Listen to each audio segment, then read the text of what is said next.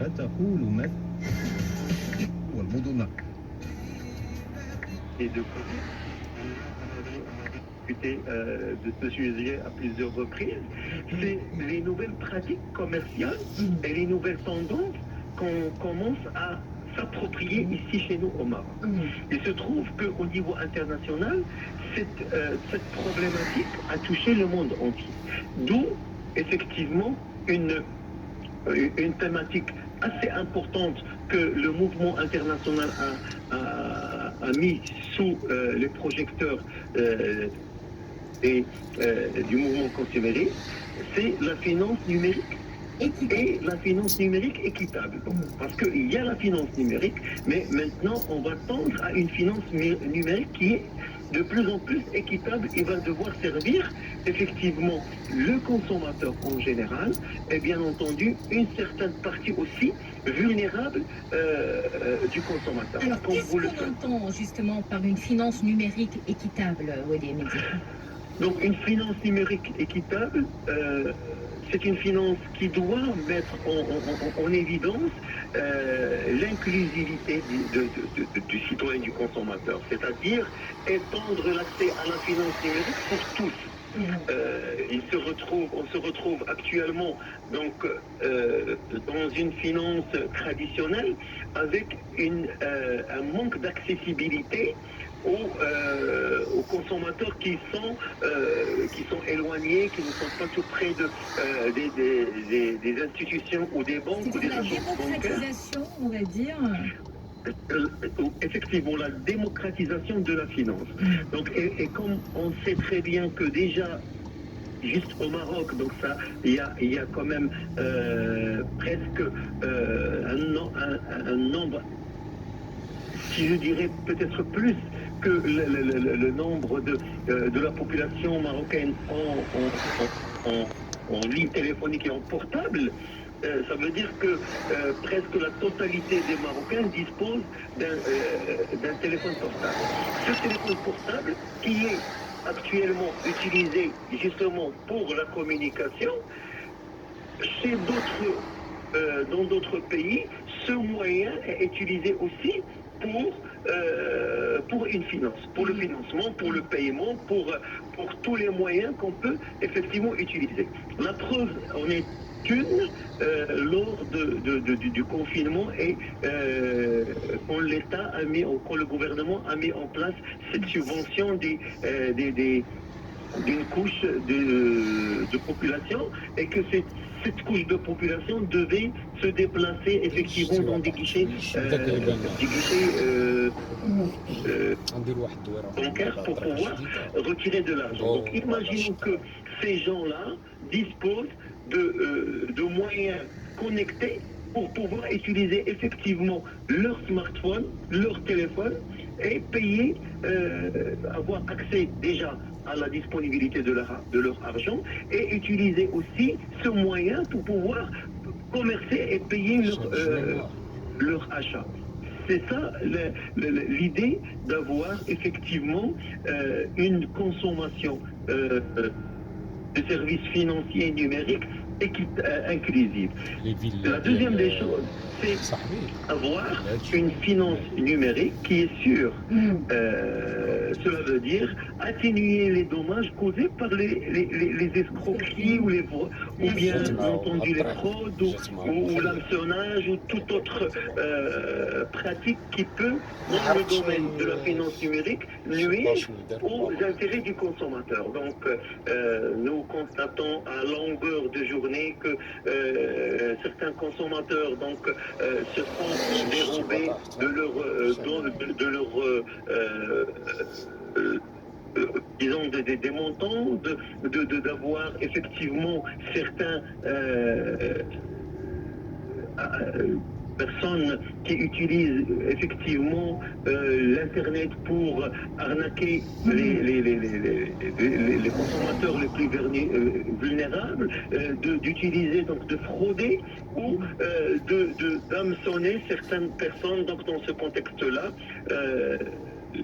la journée aussi va devoir poser le point sur une sécurité de cette finance numérique.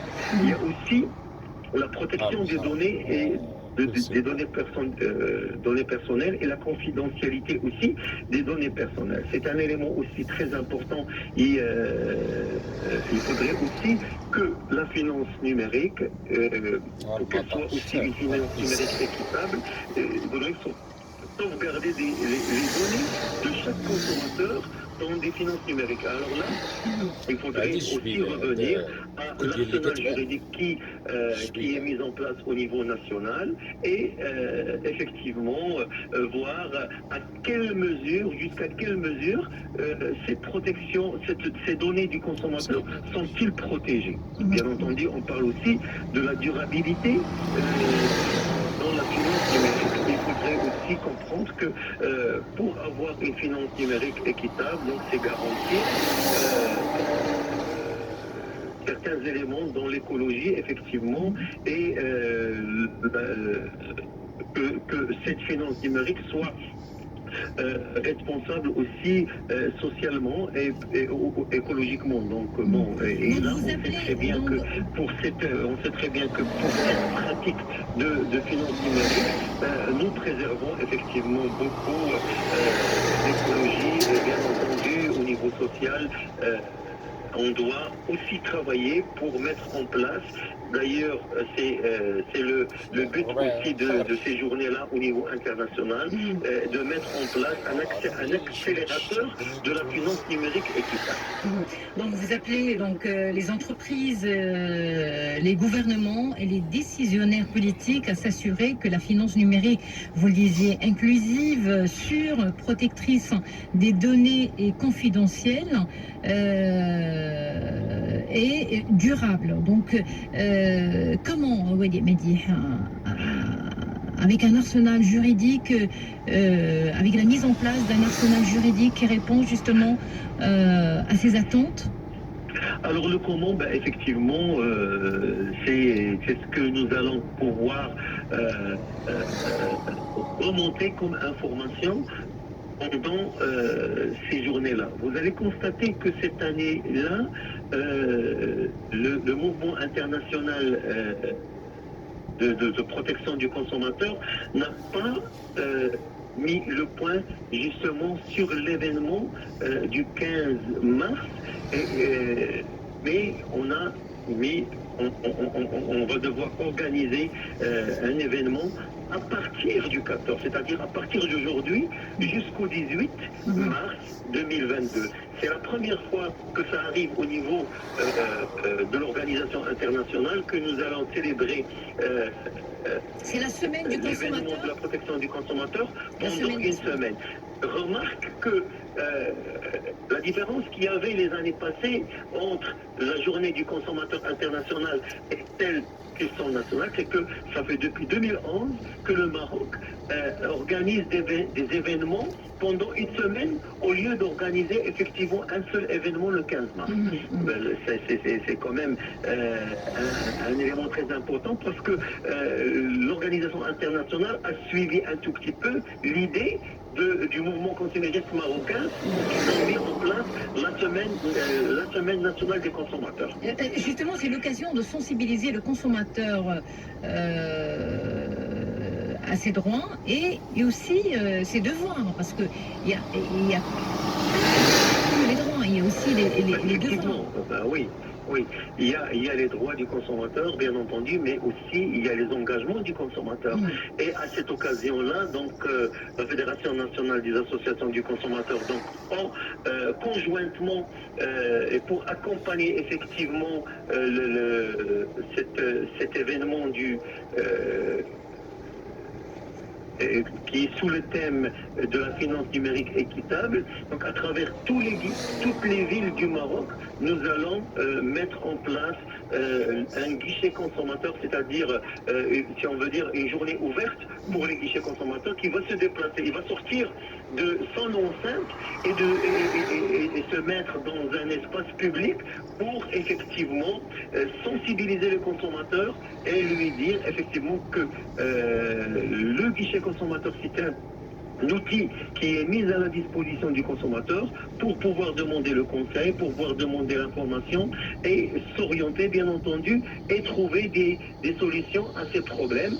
Et ça aussi c'est quelque chose dont presque, disons, toutes les villes dont dispose la Fédération nationale des associations de consommateurs d'un guichet consommateur. Donc on aura j'espère que le temps sera favorable pour qu'on puisse passer les 4 ou 5 jours, disons, dans un climat, quoique nous espérons que la pluie tombe, mais effectivement que passer aussi notre événement soit aussi qui passe dans des meilleures circonstances pour que le consommateur bénéficie effectivement de cet